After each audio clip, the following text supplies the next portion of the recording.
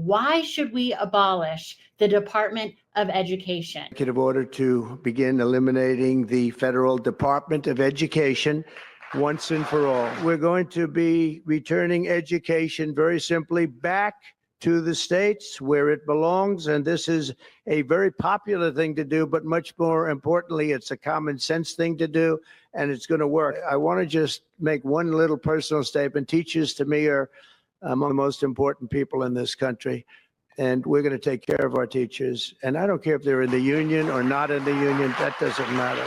And here he is. With the kids right there, signing in their big Sharpies as well. The kids were amazing. This is very important. First of all, Trump is making good on his promises, right? He campaigned on this. It wasn't a big secret. And he's following through with all his campaign promises. What does the Department of Education do exactly? Well, we know that they take tons of taxpayer dollars. How did this all start? Well, back in the 70s with Jimmy Carter, he thought, hey, let's take a massive government department and make them in charge of all the states and tell them how to run their educational systems. And boy, did that age well, huh? A third of America's students can barely read. 8th grade reading just hit its lowest level ever. When people ask me what are the 3 most important issues facing the Congress, for my whole time in Congress, I've always said the same thing.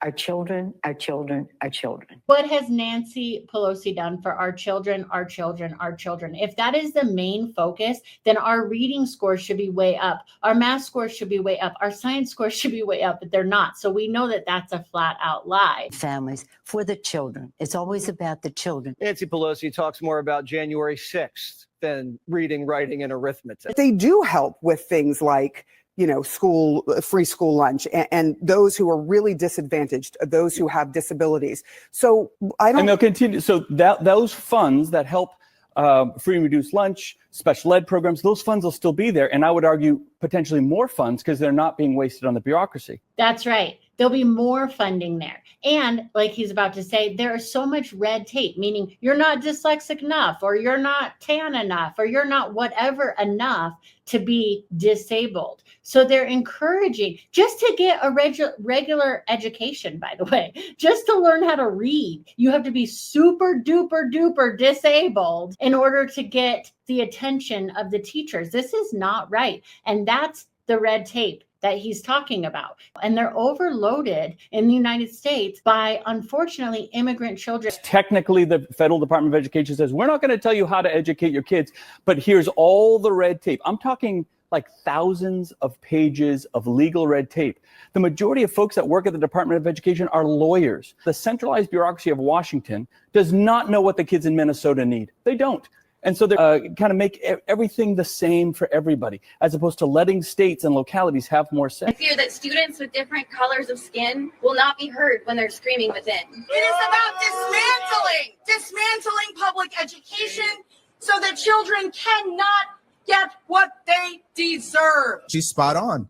Children are not getting what they deserve. They're getting CRT, DEI, and left-wing ideology crammed down their throats. As a parent, I speak to other parents. There's a few things that we don't want. I'm biracial, I'm bilingual, I'm multicultural. The fact is, in America, in North Carolina, I can do anything I want, and I teach that to my children. And the person who tells my little pecan-colored kids that they're somehow oppressed based on the color of their skin would be absolutely wrong and absolutely at war with me. I love this, Dad. This is exactly right. We don't want to pay for our kids to be taught that they're racist if they're not racist. And if they're not racist, then they're even more racist. I mean, this is what's creating anxiety and depression in our kids. This is horrifying. And I think that's the same for every parent. What the mask showed us is that the parents, the most powerful group of people in our country, that they're taking back the wheel. Now, obviously, we had to take the wheel back for the mask, but we're taking the wheel back from Washington all the way to Raleigh and into our local school board, because CRT, all of that, the parents don't want it.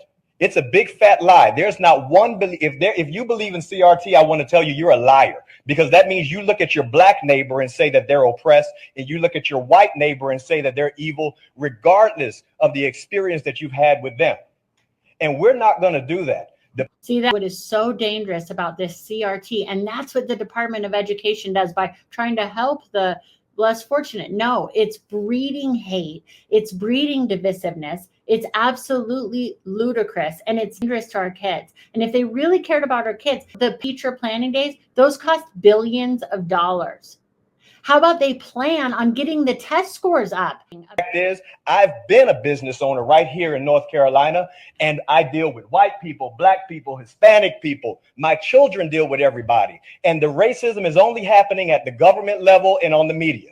The fact is, you have racists, and there's like, you can't even find them hardly. You just hear the stories about them. I have an 8-year-old daughter who is absolutely dynamic, who can do anything. Athletically, intellectually, spiritually, and emotionally, she is a dynamo. And I don't want a man swimming against her in the pool. The fact is, I don't want her playing against boys in soccer. I don't even let my sons rough her up. Do you think I'm going to let your son rough her up? This is what we're talking about. Policy going back to the parents.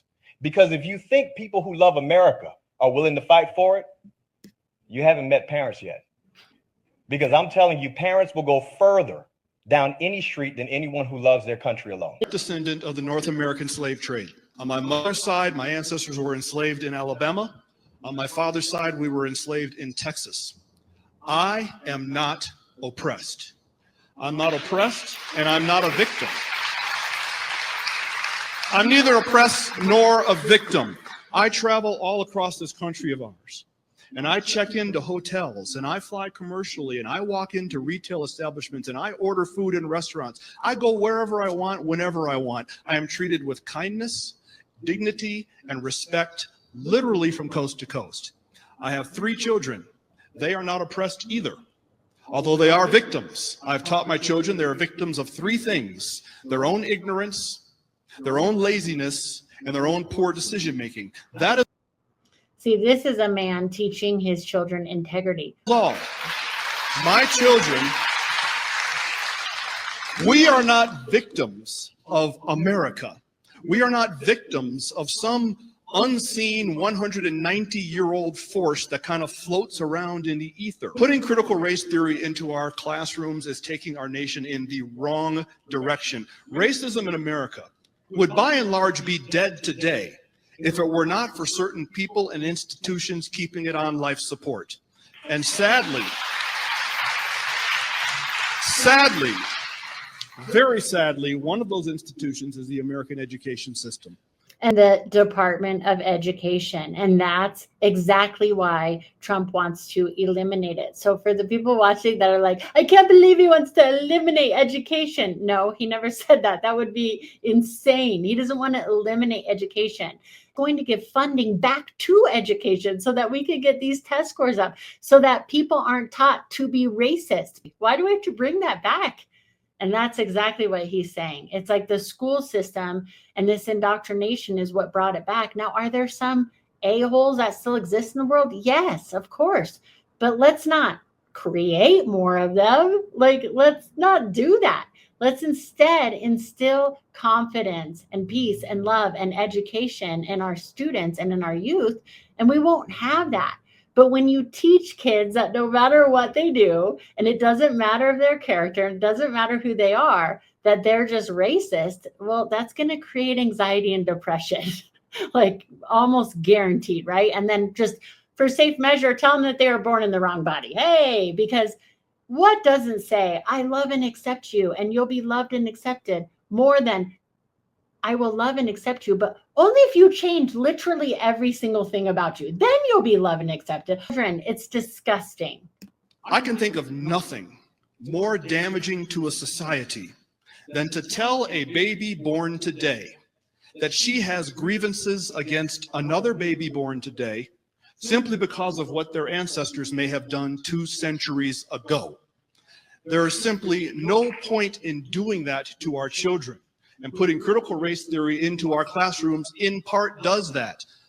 Putting critical race theory into our classrooms is not combating racism, it's fanning the flames of what little embers are left. I encourage you to support this resolution.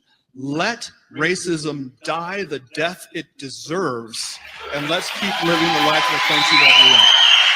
Let racism die, right? They're teaching it. And the thing is A third of America's students can barely read. 8th grade reading just hit its lowest level ever. this is again why Trump wants to cut the Department of Education, because this is what it's been funding. And this is the red tape where the people down at the bottom, meaning the students and the parents, are getting nothing.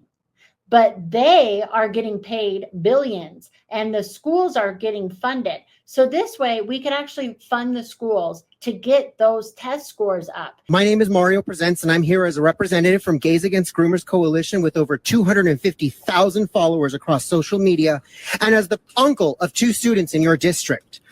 It has come to our attention that the district intends to teach transgenderism to children under the age of 10 without parental consent. If I were to teach your child about my sexuality without your consent or involvement, I'd be arrested. But when the school district does it, it's education. Districts are teaching transgenderism when they should be teaching science, math, and language. Instead, teachers are hiding student pronouns from their parents under the guise of gender affirmation. Can you imagine the uproar if schools were evangelizing or baptizing children without parental consent? Isn't that sort of what you're doing? You don't tuck these children in at night. You don't teach them to stand up to bullies. You don't pay their medical bills. And you certainly don't hold their hands in the hospital. These parents do. Simple truths based in science need to be upheld for our society to flourish. The gross indoctrination we're seeing is creating a lifetime of medication and hormones because you can't simply pause puberty. Men cannot become women, and sex chromosomes are encoded into the fabric of our DNA. Simply affirming a teenager's gender is akin to affirming anorexia.